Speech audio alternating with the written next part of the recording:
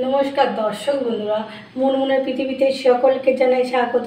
আজকে একটা মিষ্টি রেসিপি নিয়ে হাজির হয়ে গেলাম আপনাদের সামনে। আশা করি রেসিপিটা কিন্তু ভালোই লাগবে। আজকের রেসিপি কমলাভোগ মিষ্টি তৈরি করব। প্রথম থেকে শেষ অবধি দেখার অনুরোধ থাকলো। ভালো লাগলে লাইক কমেন্ট শেয়ার করতে কিন্তু ভুলবেন না। ভিডিও নিচে দেখুন একটা লাল বোতাম আছে, সেটা ক্লিক করে রাখুন সবার প্রথমে নতুন ভিডিওর আপডেট পাওয়ার জন্য। বন্ধুদের বলছি আমার পাশে থাকুন, সাপোর্ট করুন আমাকে। চলুন তাহলে রেসিপিটা শুরু করা যাক। কমলাভোগ মিষ্টি তৈরি করার জন্য 150 গ্রাম ছানা নিয়েছি, 1 বাটি চিনি নিয়েছি। প্রথমে চিনি শিরাটা তৈরি করে নেব। গ্যাসে একটা কড়া বসিয়ে দিয়েছি। 1 বাটি চিনি দিয়ে দেবো কড়াতে, আর 2 বাটি জল দেব।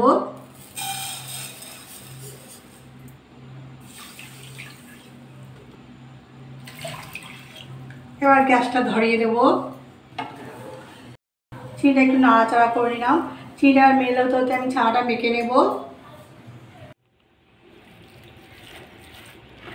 ছানাটা ডলে ডলে মাখতে হবে, কিন্তু কোনো দানা না থাকে ছানাটা এভাবে মাখতে হবে। আর বেশি কিন্তু ডলে মাখলে কিন্তু ছানার মতো একটা তেল ভাব থাকে, সেটা কিন্তু বেরিয়ে যাবে, মিষ্টিটা একটু শক্ত হয়ে যাবে। তাহলে দেখুন বন্ধুরা আমি কীভাবে মাখছি, দেখলে কিন্তু আপনারা বুঝতে পারবেন। ঠিক এইভাবে কিন্তু মাখতে হবে।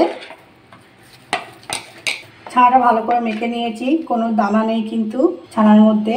এবার এর মধ্যে অ্যাড করবো 1 চামচ ময়দা। ময়দা দিয়ে ছানাটা ভালো করে মেখে নিতে হবে। আবার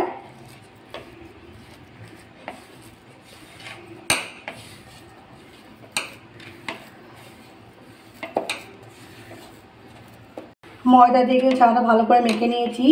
কমলাভোগ মিষ্টির একটা কালার থাকে, কিন্তু সেই কালারটা মেশাবো। এবার ফুড কালার 1 চিমচি মতো দিয়ে দেবো, দিয়ে ভালো করে মেখে নেব।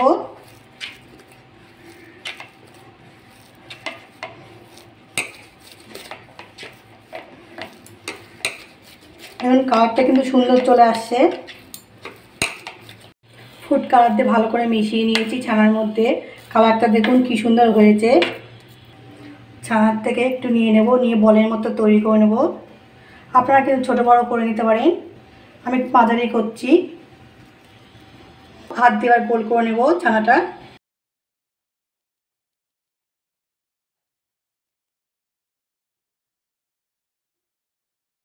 একটা গোল বলের মতো করে নিয়েছি। এইভাবে বাকিগুলো করে নেব, একটা প্লেটে রেখে দেবো। ছানাটায় সব বলগুলো তৈরি করে নিয়েছি। ওদিকে চিনিটাও কিন্তু মেল হয়ে গেছে। চিনি ছানা যখন টক টক করে ফুটবে, তখন ছানা বলগুলো কিন্তু দিয়ে দিতে হবে।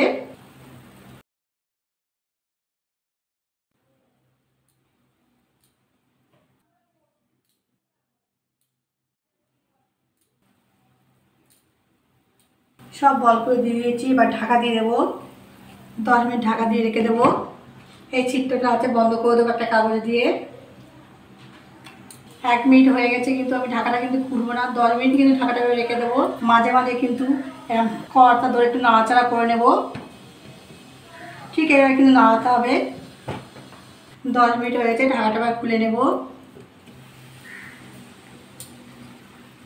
আর মিষ্টিগুলো উল্টিয়ে দেবো। একটা চামচ নিয়েছি।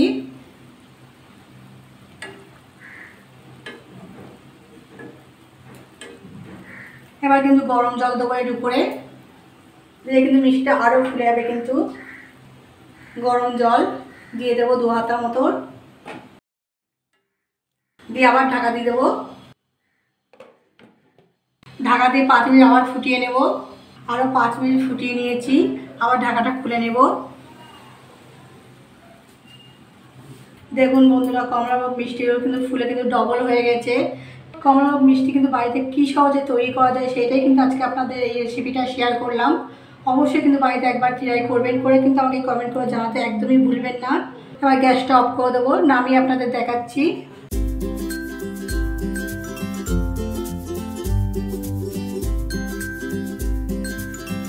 কমলাভোগ মিষ্টি কিন্তু একটা বাটিতে নামিয়ে দিয়েছি। দেখুন কি সুন্দর না লাগছে দেখতে, লোভনীয় লাগছে। কিন্তু এই রেসিপিটা কিন্তু বাড়িতে বলতে বলবো, অবশ্যই একবার করবেন, করে আমাকে কিন্তু কমেন্ট করে জানাতে ভুলবেন না।